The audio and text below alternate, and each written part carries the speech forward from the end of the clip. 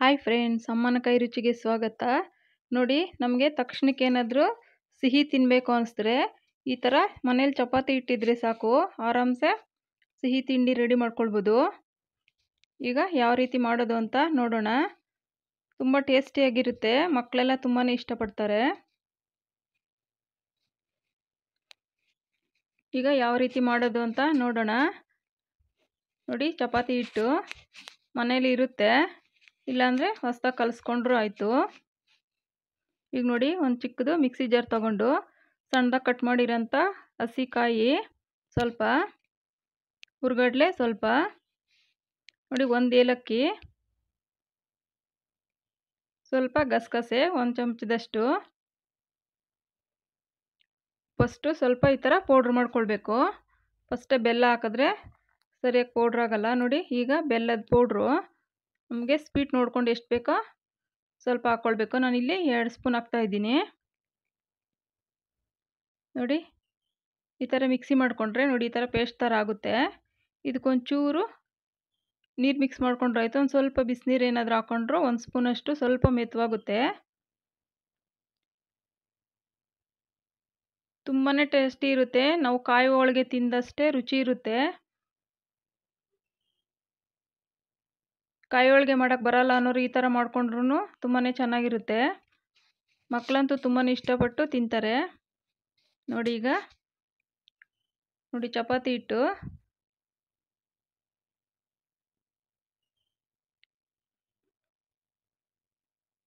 ನೋಡಿ ಈ ಥರ ಬೇಲ್ಕೊಳ್ಬೇಕು. ನಾವು ಮಾಮೂಲಿ ಚಪಾತಿಗೆ ಯಾವ ಥರ ಬೇಲ್ತೀವಿ ಅದೇ ಥರನೇ ಈ ಥರ ಬೇಲ್ಕೊಳ್ಬೇಕು.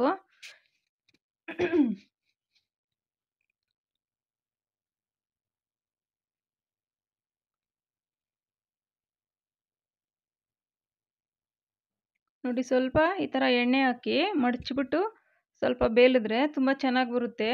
ಸ್ವಲ್ಪ ಪದರವಾಗಿ ತಿನ್ನೋದಕ್ಕೂ ತುಂಬ ಚೆನ್ನಾಗಿರುತ್ತೆ. ಒಂದೇ ಲೇಯರಲ್ಲೂ ಮಾಡ್ಬೋದು. ಈ ಥರ ಮಾಡಿದ್ರೆ ಇನ್ನೂ ತುಂಬ ಚೆನ್ನಾಗಿ ಬರುತ್ತೆ.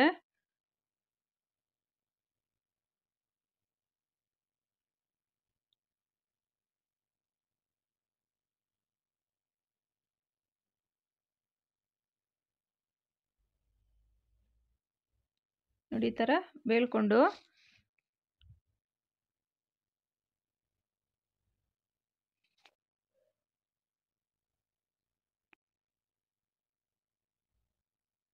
ನೋಡಿ, ಈಗ ತವ ಕಾದಿದೆ.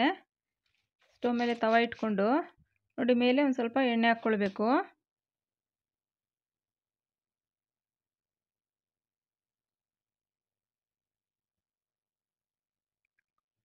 ನೋಡಿ, ಈಗ ಈ ಥರ ಉಲ್ಟಾ ತಿರುಗಿಸಿ ಮೇಲೇನು ಸ್ವಲ್ಪ ಎಣ್ಣೆ ಹಾಕ್ಕೊಂಡು,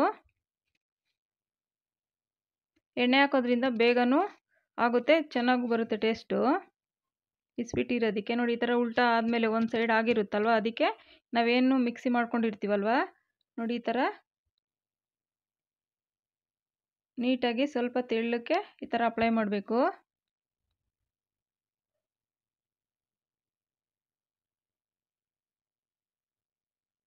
ತುಂಬ ಅಂದರೆ ತುಂಬಾ ಚೆನ್ನಾಗಿರುತ್ತೆ. ನಮಗೆ ಸಿಹಿ ತಿನ್ನಬೇಕು ಅನಿಸುತ್ತೆ, ಏನು ಮಾಡೋದು ಅಂದಾಗ ಈ ಥರ ಮಾಡ್ಕೊಂಡಾಗ ಮಕ್ಕಳಂತೂ ತುಂಬಾ ಇಷ್ಟಪಟ್ಟು ತಿಂತಾರೆ. ನೀವು ಬಾಕ್ಸ್ಗೆಲ್ಲ ಮಕ್ಕಳಿಗೆಲ್ಲ ಹಾಕ್ಕೊಡ್ಬೋದು. ಸಂಜೆ ಸ್ಕೂಲಿಂದ ಬಂದಾಗ ಸ್ನ್ಯಾಕ್ಸ್ ಥರನೂ ಕೊಡ್ಬೋದು.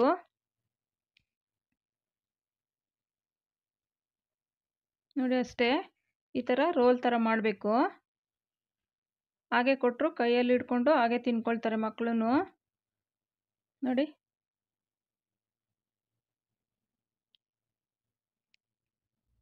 ನೋಡಿ ತುಂಬ ಚೆನ್ನಾಗಿ ಬಂದಿದೆ.